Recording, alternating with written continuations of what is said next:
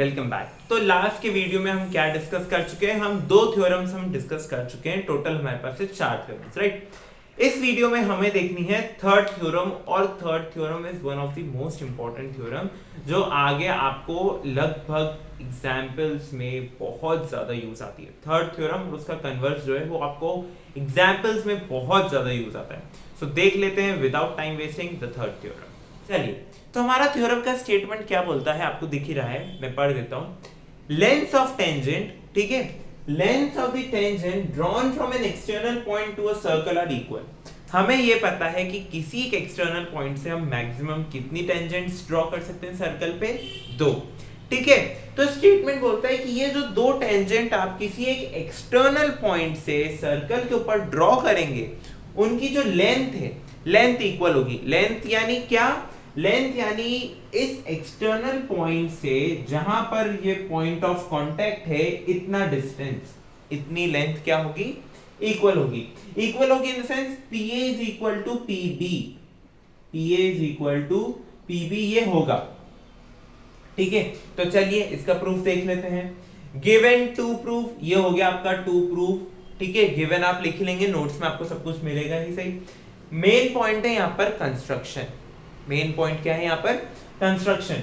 तो कंस्ट्रक्शन क्या है हमारा? हमें OP को ज्वाइन करना है, ठीक है, उसके बाद हमें OB को ज्वाइन करना है और OA को ज्वाइन करना है, बस इतना सा कंस्ट्रक्शन है। ठीक है, अब आपने कंस्ट्रक्शन कर दिया। कंस्ट्रक्शन के बाद आप देखिए प्रूफ में, in triangle OAP and triangle OBP, ठीक है, आपको याद हो तो हमने सिमिलैरिटी क्राइटेरिया पढ़ा था।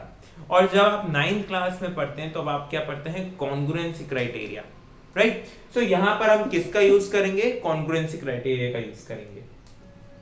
सबसे पहली चीज हमें यह पता है कि अगर हमारे पास कोई एक टेंजेंट है और अगर हम उसे रेडियस से ज्वाइन करते हैं पॉइंट ऑफ कांटेक्ट के थ्रू, तो वो एंगल कितना होता है? 90 डिग्री। उसी हिसाब से ये एंगल भी क्या हो गया? 90 डिग्री, राइट। तो आपको ये सब लिखना पड़ेगा कि ये angle OAP and angle OBP are 90 degree. The reason, tangents are always perpendicular to the radius through the point of contact. चलिए, अब हमने दो ट्रायंगल लिए, कौन से? OAP और OBP। एक ट्रायंगल को मैं शेड कर देता हूं ताकि आपको डिफरेंस दिख सके।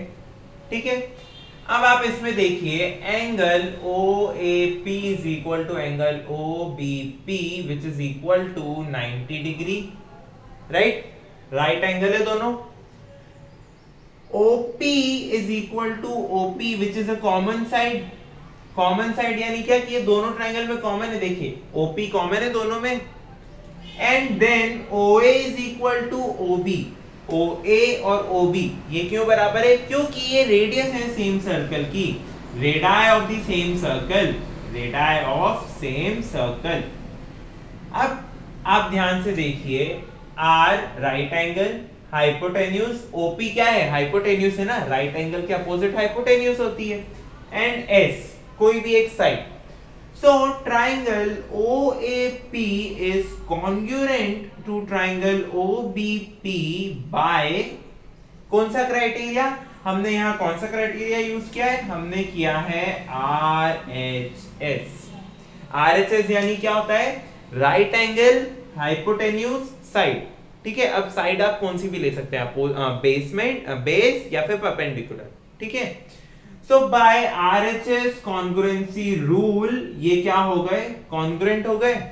अब कॉन्ग्रुएंट हो गए तो मैं अपने आप यहां से देखिए, मैं अपने आप बोल सकता हूं AP is equal to BP। अगर ये कॉन्ग्रुएंट है दोनों ट्रायंगल तो AP is equal to BP अपने आप आ गया, राइट।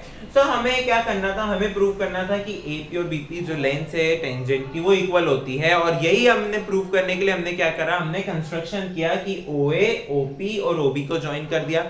फिर हमने क्या बोला कि जो एंगल है OAP और एंगल OBP वो 90 डिग्री होगा। क्यों 90 डिग्री होगा? क्योंकि tangent and radius are perpendicular at the point of contact. उसके बाद हमने ट्रायंगल्स की कॉन्ग्रुएंसी का यूज किया, RHS क्राइटेरिया लगाया, कॉन्ग्रुएंसी यूज करी और हमारे पास ये आ गया फाइनल आंसर, और इसी के साथ हमारी ये वाली थ्योरम भी खत्म होती है।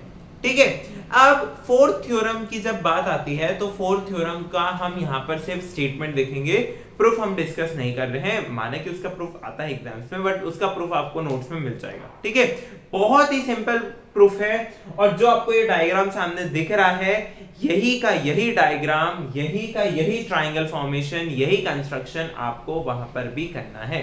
ठीक है, तो उसका हम क्या देख लेते हैं, सिर्फ कंस्ट्रक्शन देख लेते हैं, सॉरी स्टेटमेंट देख लेते हैं। चलिए, तो हमारा फोर्थ थ्योरम का स्टेटमेंट क्या बोलता है कि अगर हमने कोई दो टेंजेंट ड्रॉ करी है किसी एक्सटर्नल पॉइंट से सर्कल के ऊपर, तो जो ये टेंजेंट है ये सबटेंड करती है equal angle at the centre, यानी कि ये जो एंगल दिख रहा है आपको, देखिए एंगल AOP और एंगल BOP ये दोनों इक्वल होंगे, यानी कि ये जो टेंजेंट है हमारी PA और PB ये इक्वल एंगल सबटेंड करती है सेंटर के ऊपर। और उसके अलावा सेकंड पॉइंट क्या बोलता है, सेकंड पॉइंट बोलता है कि they are equally inclined to the line segment joining the centre to that point. अब line segment joining the centre to that point, तो ये थी हमारी OP, राइट। तो इक्वली इंक्लाइंड यानी क्या कि ये वाला जो एंगल है ऊपर और ये जो नीचे वाला एंगल है ये भी क्या है, इक्वल है। यानी क्या, अगर मैं लिखने जाऊं तो angle APO is equal to angle BPO। ठीक है, अब अगर इसका आपसे कोई प्रूफ पूछे, तो इसके प्रूफ में आपको कुछ भी नहीं करना है, सिर्फ आपको क्या लेना है, triangle AOP and triangle BOP। ये आपने दोनों ट्राइंगल लिए, इन दोनों ट्राइंगल को आप क्या प्रूव कर देंगे कि ये दोनों कॉन्ग्रुएंट है। कैसे कॉन्ग्रुएंट है, देखिए AO और BO ये दोनों रेडाई हैं तो इक्वल हैं, OP कॉमन साइड है। ठीक है, और लास्ट थ्योरम में हमने प्रूव करा था कि tangents through an external point to the circle are equal. तो AP और BP भी इक्वल हो गए, तीनों साइड इक्वल हो गई, तो दोनों ट्राइंगल कॉन्ग्रुएंट हो गए बाय SSS कॉन्ग्रुएंसी रूल। ठीक है, साइड कॉन्ग्रुएंसी रूल से ये जो तीनों ट्राइंगल से ये क्या हो गए, कॉन्ग्रुएंट हो गए। सिमिलैरिटी में जो SSS क्राइटेरिया होता है उसमें रेशो लिया जाता है, लेकिन कॉन्ग्रुएंसी में जो SSS क्राइटेरिया होता है उसमें डायरेक्ट इक्वालिटी देखी जाती है। ठीक है, तो OP is equal to OP common side, AO is equal to BO radii of the same circle, and PA is equal to PB कौन से क्राइटेरिया से, the tangents through from an external point to the circle are equal, length of tangent is equal। तो SSS criteria से congruent हो गए। अगर ये congruent हो गए तो एंगल्स अपने आप इक्वल हो गए, अगर ये कॉन्ग्रुएंट हो गए तो एंगल्स अपने आप इक्वल हो गए और हो गया प्रूफ खत्म। ठीक है, सिस्टमैटिक प्रूफ आपको नोट्स में मिल ही जाएगा। सो इसी के साथ हमारे थ्योरम्स, जो 4 थ्योरम्स हमारे सर्कल टॉपिक में क्लास 10th के हिसाब से, वो क्या होते हैं, यहीं पर खत्म होते हैं। अगले वीडियो में हम देखेंगे ये चारों थ्योरम्स की हेल्प से कुछ एग्जांपल्स। सो मिलते हैं अगले वीडियो में, तब तक के लिए thank you for watching and keep supporting.